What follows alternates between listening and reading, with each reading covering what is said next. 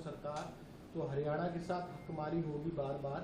मिला राखी गढ़ी में एएसआई का झुंझुना और बजट 2026 में नामो निशान नहीं है हरियाणा का। आदरणीय प्रधानमंत्री जी ने पहली बार जो हरियाणा को दिया है,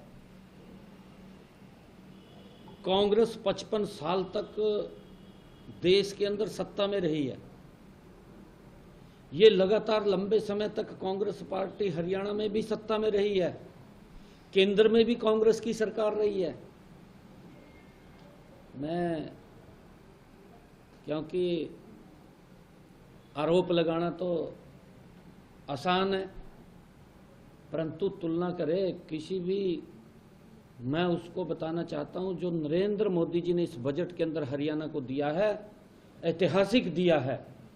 आज तक इतना किसी सरकार ने नहीं दिया जो नरेंद्र मोदी जी ने हरियाणा को दिया है। राखी गढ़ी को लेकर जिक्र हुआ। राखी गढ़ी से भी अलग मैंने कहा है कि नरेंद्र मोदी जी ने ऐतिहासिक हरियाणा को इतना दे दिया है इस बजट के अंदर कि कांग्रेस के सपने से भी बाहर है। क्योंकि वो सत्ता में रहे, मैं इसलिए सपने से कह रहा हूं, वो सत्ता में कभी लाने में नाकामयाब रहे हैं नरेंद्र मोदी जी ने।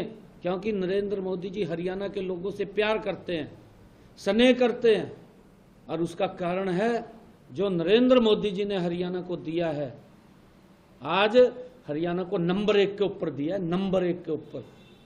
उसको आंकड़े ध्यान करने चाहिए क्या दिया है, उसको पता नहीं, ऐसे गुमराह मत करना चाहिए। क्योंकि ये लोग तो कुछ लाने में नाकामयाब रहे हैं, केंद्र से कुछ नहीं ला पाए। पहली बार नरेंद्र मोदी जी ने, जिससे कि मेरे हरियाणा की तस्वीर बदलेगी, मेरा हरियाणा विकसित हरियाणा होगा, आदरणीय नरेंद्र मोदी जी के नेतृत्व में होगा। क्योंकि मोदी जी बहुत स्नेह हरियाणा के लोगों से करते हैं।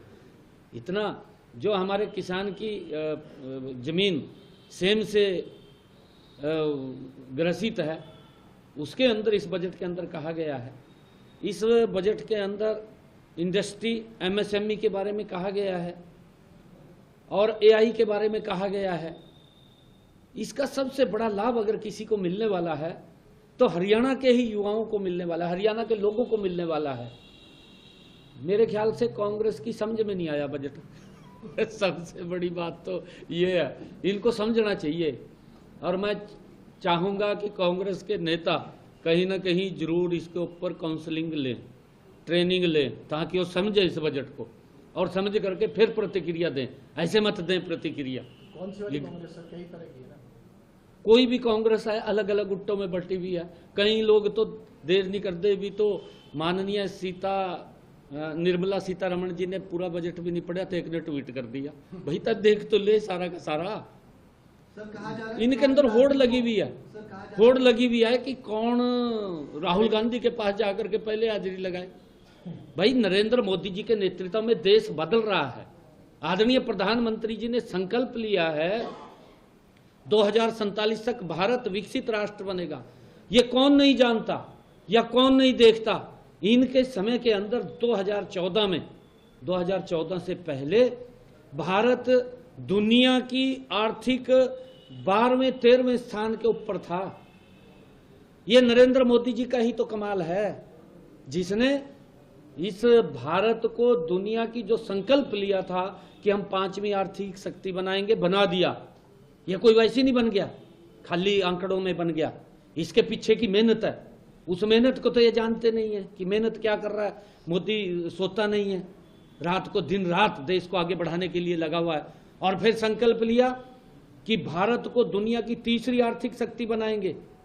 4थी बन गया ना, 3री रह गया। ये बजट उस संकल्प को पूरा करने वाला बजट है। मैंने कहा है कि कांग्रेस के लोगों को, राहुल गांधी को भी ट्रेनिंग लेनी चाहिए। इस बजट को समझ नहीं आया, इनके बजट अभी समझ नहीं आया।